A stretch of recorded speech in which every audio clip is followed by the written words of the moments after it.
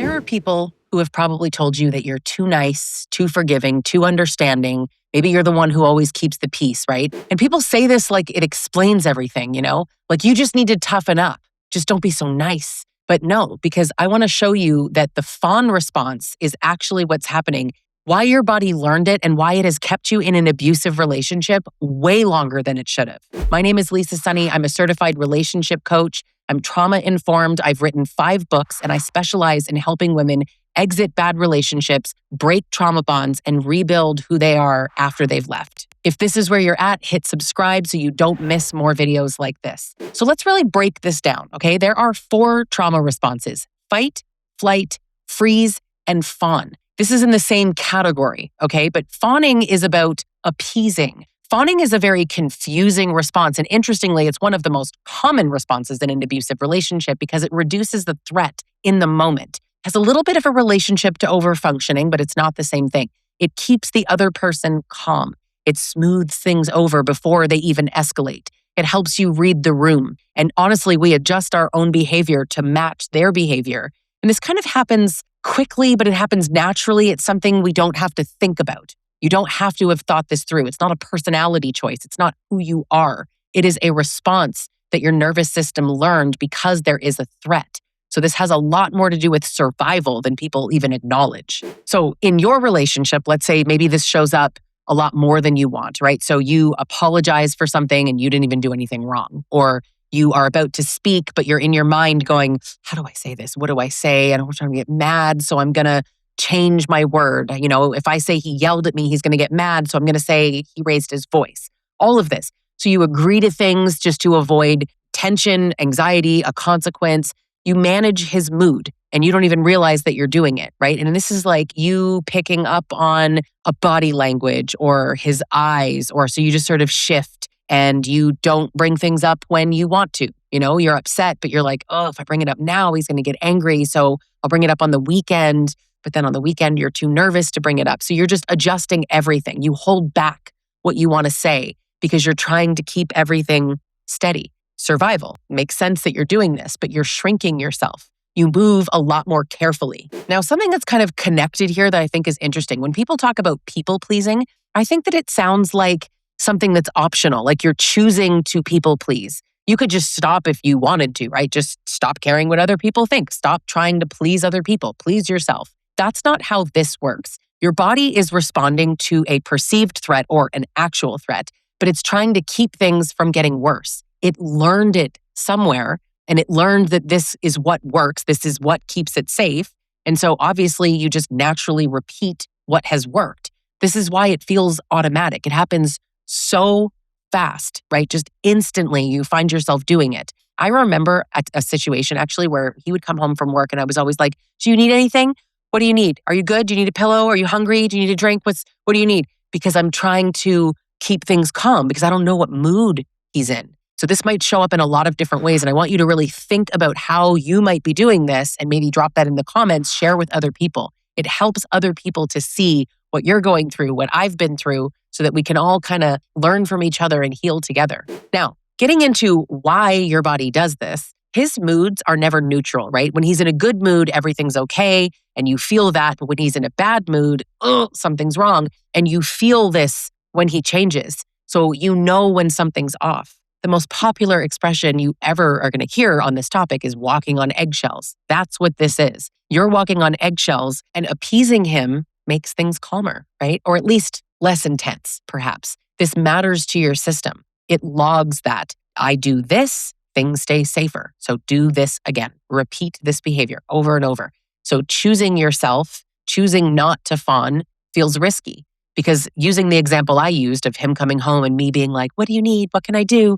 Okay, so let's say he comes home, he's in kind of a mood, neutral, and I'm like trying to read him and I don't fawn. What happens? There's a risk involved. I'm nervous. What if I don't offer him something and then he gets angry or I get yelled at, or so you start to fawn. This happens so often in abusive relationships, and everybody talks about fight or flight, which are valid and important, but fawning and freezing are far more common in a domestic violence situation. And just as an aside, when people talk about domestic violence, it's not always physical abuse. All of this, emotional abuse, sexual abuse, financial abuse, psychological, all of it is domestic violence. It doesn't just have to be physical. Your body interprets the threat in the exact same way. So over time, you don't feel like you can say yes or no. You feel like you just need to behave in a specific way.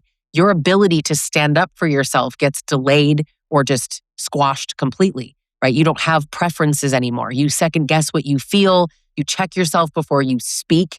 You can't even open your mouth and say normal things because you're so afraid of what their reaction is going to be. And honestly, I think most of this behavior is unconscious, but even if you start thinking about it, it's like, it's just easier to live this way, right? It starts to feel normal. So you may not even notice that it's happening until you actually do. And then you're so deep in it, this has just become who you are.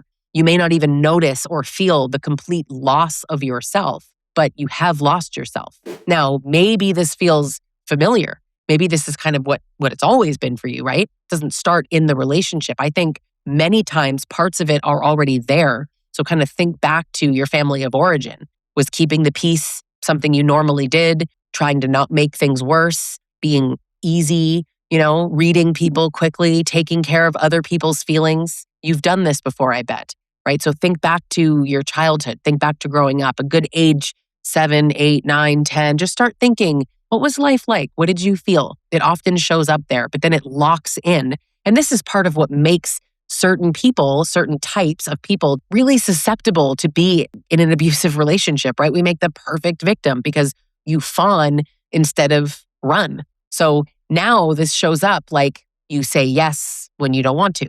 You explain your boundaries. You explain why you don't like something, why you don't want something to happen or him to do, instead of just holding your boundaries. You're scared of consequences. You feel guilty when somebody else is disappointed. You find yourself kind of adjusting or over adjusting in conversations with people, especially people who push back. Practicing not fawning anymore is really hard when you're dealing with toxic and abusive people, and I don't even necessarily recommend it. We practice with people that are safer, that are a little bit easier, somebody you don't think will push back so hard. But in the abusive relationship, it can be actually dangerous to stop doing this. So my advice is to assess this. You can always work with me one-on-one and figure out if this is safe to stop and how to stop. But I think that people who are people pleasers and overfunctioners and fawners, we date people who still need managing. So you feel responsible for how things go. You feel responsible for other people's moods and feelings. And you tell yourself you're being kind and nice. And you've been told that your whole life, probably, right? But it feels like you, even when it's costing you. So familiarity can be comfortable even when it's awful. I get it. And it's brutal, but that's the truth. Now, the pattern doesn't just disappear when the relationship ends because we're still conditioned in this way. So we still kind of check for reactions and explain more than we need to. As I said, it becomes who you are. And it often wasn't just built in the abusive relationship. It comes from your family of origin and your whole life. So if you find yourself hesitating before you say what you want, and you feel guilty for having boundaries or speaking up for yourself, if you feel this need to take care of everyone around you, this is for you, right? You're running the same response. You need repetition. You need to change this. It takes awareness. That's really the first step is like, okay, I do this. When do I do this? Why do I do this? And then you can start shifting the behavior. So I really want people to know that this is fixable. Now, what does this actually say about you? You adapted. You paid attention. You learned what reduced harm around you. You stayed present in something that was abusive. You stayed as present as you could because it was destabilizing. You were trying to find stability. You tried to find a way through it. That makes sense. This doesn't say a damn thing about your strength, your intelligence, or anything, right? It doesn't cancel what you went through. We always think that this is a problem in us, right? If I hadn't fawned, then he might not have been this way, or I enabled him. Really pisses me off when victims and survivors of abuse get called enablers. I can see the concept of we're enabling the abuse, but when you're doing it for survival, it doesn't feel like you have any other choice. So you're not responsible for what happened to you, but you are responsible to change this part of you. Fawning doesn't serve you. It'll never serve you.